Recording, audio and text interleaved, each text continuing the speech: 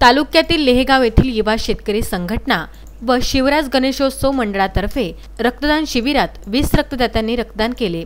27 August रोजी लेहेगाव बस स्टँडवर समाजसेवक कमलसिंग चितोडिया यांनी या रक्तदान शिबिराचे आयोजन केले होते। या शिबिरात रक्त संकलन करण्याकरिता अमरावती येथील डॉक्टर पंजाबराव देशमुख वैद्यकीय महाविद्यालयातील रक्तपेढीचे चमू प्रामुख्याने उपस्थित होते। या रक्तदान शिबिरास महाराष्ट्र राज्याचे माजी कृषी मंत्री डॉक्टर अनिल बोंडे यांनी सुद्धा भेट दिली होती। सदर कार्यक्रम यशस्वी करण्याकरिता युवा शेतकरी संघटनेचे कार्यकर्त्यांनी अथक परिश्रम घेतले।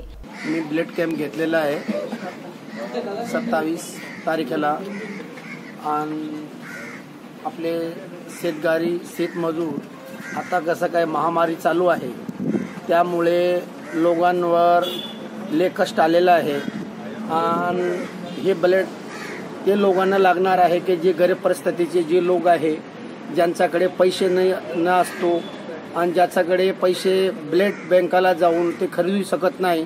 त्यामुळे ही मी रक्तदानचा शिबिर घेतलेला आहे। रक्तदान ह्या करतात घेतलेला आहे मी। रक्तदान श्रेष्ठ दान। संजय गारपवारसह दत्तराज इंगळे, विदर्भ न्यूज, मोर्शी।